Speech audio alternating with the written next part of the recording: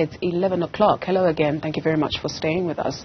The Police Minister Bheki Cele has raised concern over the rise of criminal activity during load shedding. He says there is a report revealing how criminals are taking advantage of the blackouts. Cele and the South African Police Service's top brass are conducting a festive season inspection in Cape Town. The minister has promised residents, especially from poor communities, that they will not be left out as they beef up safety campaigns for the festive season. Athi Mtongana caught up with the minister. Minister, there are new members here of the South African Police Service as well as old members, and the message that you have sent out to them is to ensure that they remember that as per the Constitution they are mandated to enforce the law. And you made reference to some example of a young man who seemingly was in a situation with some SAPS members. Well, the sight here is very pleasing. It makes one feel proud when you look at this police, the young blood that is here, 500 of them here around the province. There are about 1,000, little bit above 900. So we are injecting these resources, human resources and other resources in this province. I wanted to emphasize this point because everybody is making this call and this narrative to say all tourists and people that are visiting Cape Town must be safe. I fully agree with that narrative.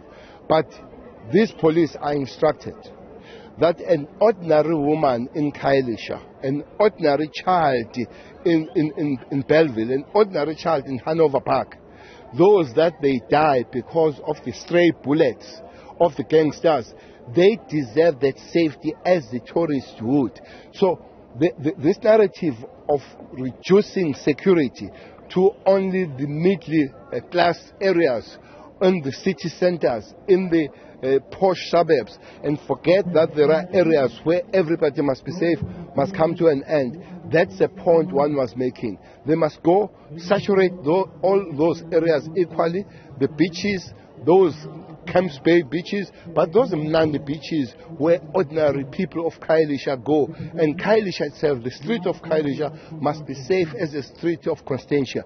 So that's a call that we are making and want to make sure that it happens. You mentioned that during load shedding, criminality seems to increase. Talk to us about that.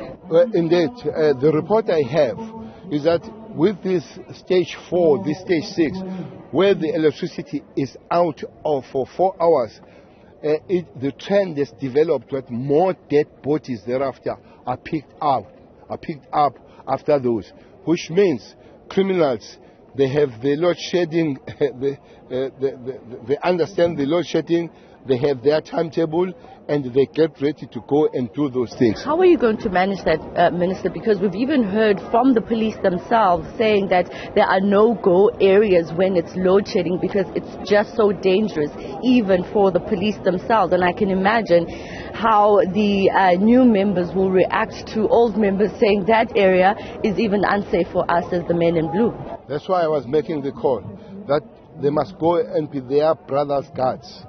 They must go and be their sisters' keepers.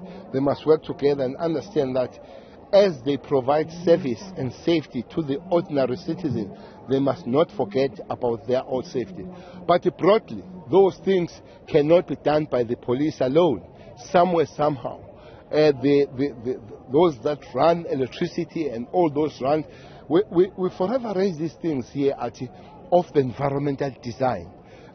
If you can't go to these places with lights on, just imagine what happens when the lights are off. But we're not going to abandon the people. We need an extra, to be extra vigilant, to put more agility as we go there, work together, work with the communities. We hope that one day, not in a very distant future, things like electricity will be good. Do you think that DA-led government is doing enough to spend the budget sufficiently to make sure that these areas are areas that police can even drive into, where street lights can even work? Well, I spend a lot of time here. I spend a lot of time here in Western Cape.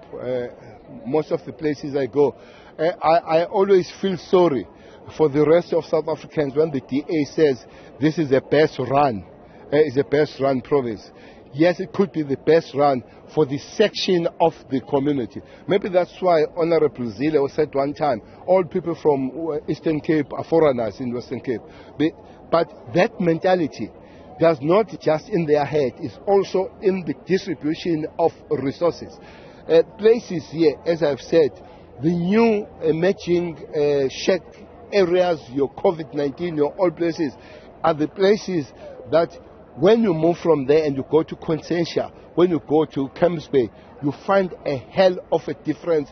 You can believe that you're in two different countries. We are calling that all what we do, trying to work on the security matter, they must come and meet us halfway by improving the environmental design. Put cameras. All cameras here are green in these places. The lights are there in these places. Even the additional law enforcement that are trained here are sent in the city center. They're boasting about 100 more and all that, are not sent to the places where the real trouble is.